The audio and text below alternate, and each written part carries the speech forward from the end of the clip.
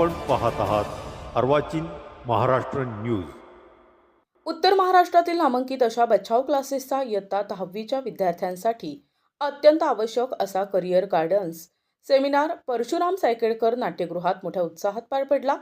विद्यार्थ्यांना मार्गदर्शन करण्यासाठी मुंबई येथील सुप्रसिद्ध व्यवसाय मार्गदर्शिका हिना जैन ओस्तवाल मॅडम आणि नाशिक येथील सुप्रसिद्ध स्किन एशिया क्लिनिकच्या संचालिका आणि बचाव क्लासेसच्या माजी विद्यार्थिनी MD डर्माटॉलॉजिस्ट डॉक्टर रूपम चित्ते कांगुर्डे तसेच पालक प्रतिनिधी सुपर क्लास 1 अधिकारी देशमुख साहेब आणि बचाव क्लासेसचे संचालक सर्व शिक्षक सहकारी पालक आणि विद्यार्थी यांच्या उपस्थितीत मोठ्या उत्साहात पार पडला. या प्रसंगी विद्यार्थ्यांना मार्गदर्शन करताना डॉक्टर रूपम यांनी वैद्यकीय क्षेत्रातील करिअरच्या संधी आणि मार्ग त्यासाठी कठोर परिश्रम आणि सातत्य यांची आवश्यकता असल्याचे प्रतिपादन केले. हिना मॅडम यांनी विविध क्षेत्रातील करिअरच्या संधी तसेच विदेशातील शिक्षणासाठी आवश्यक असलेल्या पात्रता आणि परीक्षा याविषयी सखोल मार्गदर्शन केले. तर देशमुख यांनी विद्यार्थ्यांनी योग्य पद्धतीने आणि योग्य मार्गदर्शनाखाली तयारी केली तर सामान्य कुटुंबातील विद्यार्थी सुद्धा उत्तम यश संपादन करतात. तर बचाव क्लासेसचे संचालक दत्तात्रय बचाव सरांनी क्लासेसच्या विविध उपक्रमांबद्दल तसेच जेहान सर्कल येथे लवकरच सुरू होणाऱ्या नवीन शाखेविषयी माहिती दिली. मिश्रा सर जे स्वतः गणितात गोल्ड मेडलिस्ट आहेत, त्यांनी विविध स्पर्धा परीक्षा CET, नीट, JEE मेन्स आणि ॲडव्हान्स याविषयी माहिती देत बचाव प्रयास या स्पर्धा परीक्षांची कशी तयारी करतात आणि संपादन केलेल्या यशाची माहिती दिली. MD रेडिओलॉजिस्ट आहेतच, पण या व्यवसायामध्ये बऱ्यापैकी अडचणी पण तयार होतात. म्हणून वेगवेगळे कोर्सेस करत मागच्या वर्षी ते LLB ला युनिव्हर्सिटी टॉपर आहेत. लॉ पण केलं त्यांनी, ऍडव्होकेट झाले. रियाज सय्यद IAS आहे. 2 वर्षापूर्वी आपला देवळा तालुक्यातला वाखरवाडीचा मुलगा डॉक्टर सूरज निकम हा IAS झाला. तो आपल्या जयपूर शाखेचा विद्यार्थी आहे. तेव्हा पुष्कळ विद्यार्थी आपले IAS, IPS, MPSC चे चांगल्यापैकी विद्यार्थिनीमध्ये 3rd रँक आलेली पूनम निकम, ती आज पुण्यामध्ये डेप्युटी कलेक्टर आहे. नंतर तृप्ती खैरनारे, निखिल नरेश महाजन हा कमिशनर आहे. श्रीकांत वाबळे हा अमेरिकेमध्ये एका मल्टीनॅशनल कंपनीचा व्हाईस प्रेसिडेंट आहे, स्वतःची कंपनी त्याची. प्रसाद राठोड हा हैदराबादला DRDO मध्ये सायंटिस्ट आहे, मिसाईल बनवतोय. तर असे आपले क्लास 2, क्लास 1 अनेक विद्यार्थी घडलेले आहेत, अनेक विद्यार्थी बिझनेसमॅन झालेले आहेत. तेव्हा तुम्ही ज्या क्लासचा पार्ट आहात त्या क्लासचा भूतकाळ अतिशय सुंदर राहिला. आणि तुमच्या काळामध्ये 20-25 वर्षापूर्वीच्या काळामध्ये तर आम्हाला इतकं समाधान मिळायचं की जो काही शिक्षकी पेशा होता तो त्या काळी आम्हाला अत्यंत सगळ्यात नोबेल प्रोफेशन कोणतं असेल तर ते प्रोफेशन होतं. शिकवताना एखादा कठीण टॉपिक यांना समजला की यांचे चेहरे ग्लो करायचे आणि नाही समजला तर ते कन्फ्युज राहायचे. मग पुन्हा ते सगळं खूप सुंदर प्रक्रिया त्या सगळ्यातनं पार पडत पुढे आलोय. म्हणजे करिअर गायडन्सची आवश्यकता का पडते ते तर कोणकोणते करिअर त्याच्याविषयी सांगणार आहेत, पण करिअर गायडन्सची आवश्यकता काय? 2008च्या बॅच मध्ये आपल्याकडे पियुषा भावसार नावाची विद्यार्थिनी आपल्या क्लासची जिल्ह्यात टॉपर होती. नंबर 2 ला म्हणजे 1 मार्क कमी फक्त अश्विनी मोरे नावाची विद्यार्थिनी होती आणि तिच्यापेक्षा 1 मार्क कमी अशी स्मिता सोनवणे. 2008 पियुषा भावसार, अश्विनी मोरे, स्मिता सोनवणे या तिघींनीही 12वीला अत्यंत सुंदर असा अभ्यास केला, अत्यंत छान हार्डवर्क केलं. तिघच्या तिघ COEPच्या विद्यार्थिनी आहेत. कॉलेज ऑफ इंजिनिअरिंग पुणे, महाराष्ट्रातलं सगळ्यात सर्वोत्तम कॉलेज. तिघींनाही 4थ्या वर्षी जॉब पण मिळाला. आज त्यातली अश्विनी मोरे आहे साधारण 60 लाखांच्या पॅकेजवर. स्मिता सोनवणे जवळपास तेवढ्याच पॅकेजवर 60 लाखांच्या आसपास ती पण आहे. पण जी जिल्ह्यात पहिली आली होती ती पियुषा मात्र आजही 8 ते 10 लाखांच्या पॅकेजवर आहे. का? त्याचं साधं कारण त्यावेळेस तिच्याकडनं घेतले गेलेले डिसिजन्स, निवडली गेलेली साईड, निवडलं गेलेलं करिअर तेवढं काळजीपूर्वक निवडलं गेलं नाही. ती गेली मेकॅनिकलला. तिने करिअर केलं कुठे? मेकॅनिकल मध्ये. आणि मेकॅनिकल मध्ये थोडेफार काही लिमिटेशन्स आहेत. व्यवसाय केला तर नो लिमिटेशन, पण सर्व्हिस केली तर लिमिटेशन्स आहेत. व्यवसाय केला तर नो लिमिटेशन, कारण स्वतःच्या व्यवसायासाठी कोणी किती हार्डवर्क करायचा त्याचा प्रश्न आहे. त्यामुळे तो पार अगदी कोणत्याही वैभवाला पोहोचू शकतो हार्डवर्क करणारा माणूस. पण सर्व्हिस म्हटलं की थोडे लिमिटेशन्स आले. आणि तेच या मुली मात्र कुठे 60 लाखांच्या पॅकेजवर पोहोचत गेल्या आहेत. तुमच्यातले काही जण ओळखत पण असतील. पंचवटीतला आपला एक चेतन लाठी नावाचा पोरगा आहे. अगदी साधा सुद्धा पोरगा. काही दिवस त्याने इथे आपल्या डाटा अनालिटिक्स नावाची कंपनी बघा आपली, तिथे फ्री सर्व्हिस दिली. 6 महिने 8,000 रुपये पगारावर. आणि आता तो पोरगा एका चांगल्या कंपनीमध्ये मॅनेजर पोस्टवर आहे आणि 60 लाखांचं पॅकेज आहे त्याला. तेव्हा तुम्ही करिअर निवडताना अतिशय काळजी घ्यायची असते.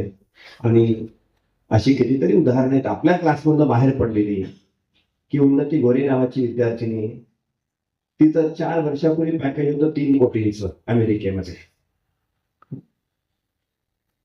कुणाल बच्छाव नावाचा पोरगा आहे, 3 वर्षापूर्वी 4. करिअर गायडन्ससाठी हिना मॅडम आज आपल्या सोबत आहेतच. तर मी तुम्हाला अगदी सगळे डायव्हर्सिटीमध्ये न बोलता माझी एक स्टोरी सांगू इच्छिते आज.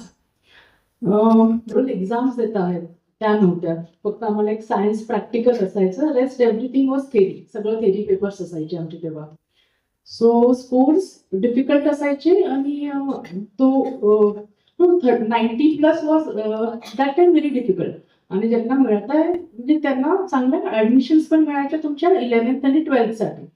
आता सिनारिओ माहिती नाही 11th 12th ऍडमिशन्सचा मला, पण डेफिनेटली जर तेव्हा तुम्हाला एक सायन्स कॉलेजमध्ये ऍडमिशनसाठी मेरिट लिस्ट असायची कॉलेजेसमध्ये पण, आणि तुमच्या जर त्या मेरिट लिस्टमध्ये नाव असेल तर तुमचं ते ऍडमिशन व्हायची. तर मग एक बोर्ड एक्झाम म्हणजे एक उद्देश असायचा की बोर्ड एक्झाम मध्ये चांगला स्कोर करायचा. It was mainly for entering into good college for 11th grade. मला आठवतं सर माझ्या वेळी चांगल्या इन्स्टिट्यूटमध्ये किंवा कोचिंग इन्स्टिट्यूट जे क्लासेस असतात आपले 11th 12th साठी त्यासाठीही मेरिट लिस्ट लागायच्या. सो तुम्हाला असं कोणत्याही रॅन्डम ट्युशन्सला फीज घेऊन ऍडमिशन मिळायची नाही. If you have a good score मगच तुम्हाला त्या ट्युशन्सला ऍडमिशन मिळायची. मग ते झालं. RYKला ऍडमिशन झाली, एक चांगला इन्स्टिट्यूटमध्ये ऍडमिशन झाली. मला मॅथ्सची खूप आवड होती, गणिताची आवड असल्यामुळे मग मी दोघेही सब्जेक्ट्स ठेवले होते. So I was pursuing biology as well as maths. त्याचा फायदा मला नक्कीच झाला. तर ज्यांना मॅथ्सची आवड आहे त्यांना मी रिकमेंड. त्याचप्रमाणे बच्चाव क्लासचे संचालक श्री बच्चाव सर, त्यांचे उच्च विद्याविभूषित सुपुत्र कमलेश सर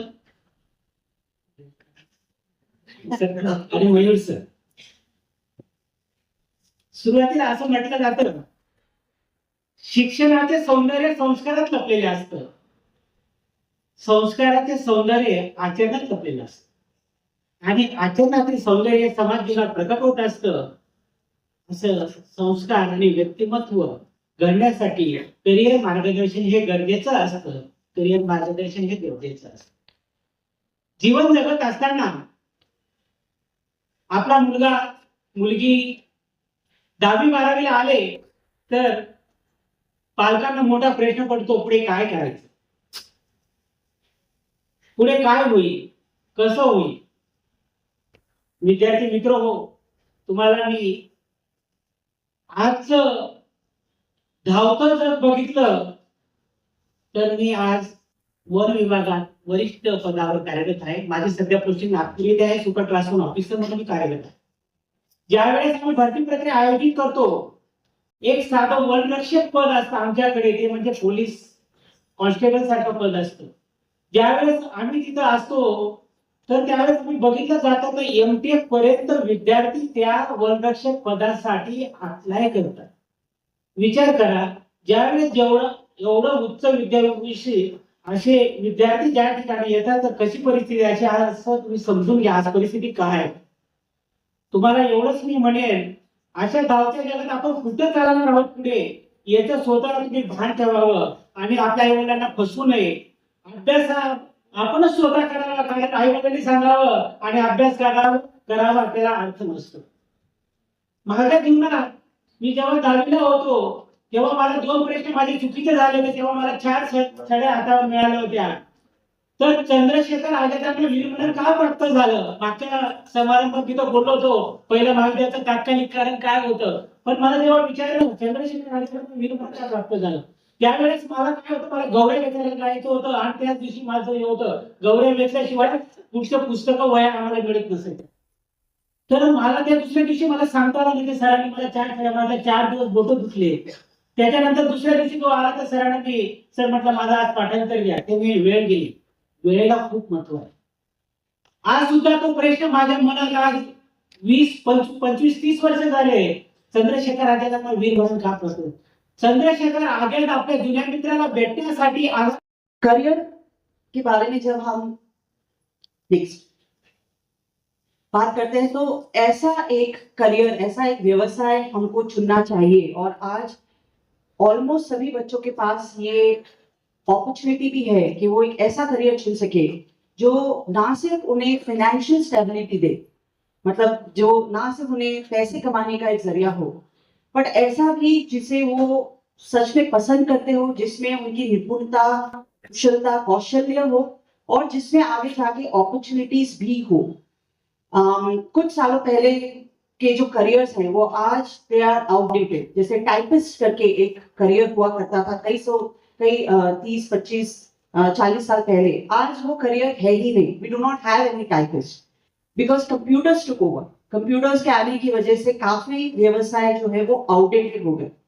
और आज स्पेशली जब हम AI/ML के बारे में बात करते हैं आर्टिफिशियल इंटेलिजेंस के बारे में बात करते हैं तो आने वाले 5-10 सालों में बहुत ज्यादा बदलाव और अंतर आने वाले हैं.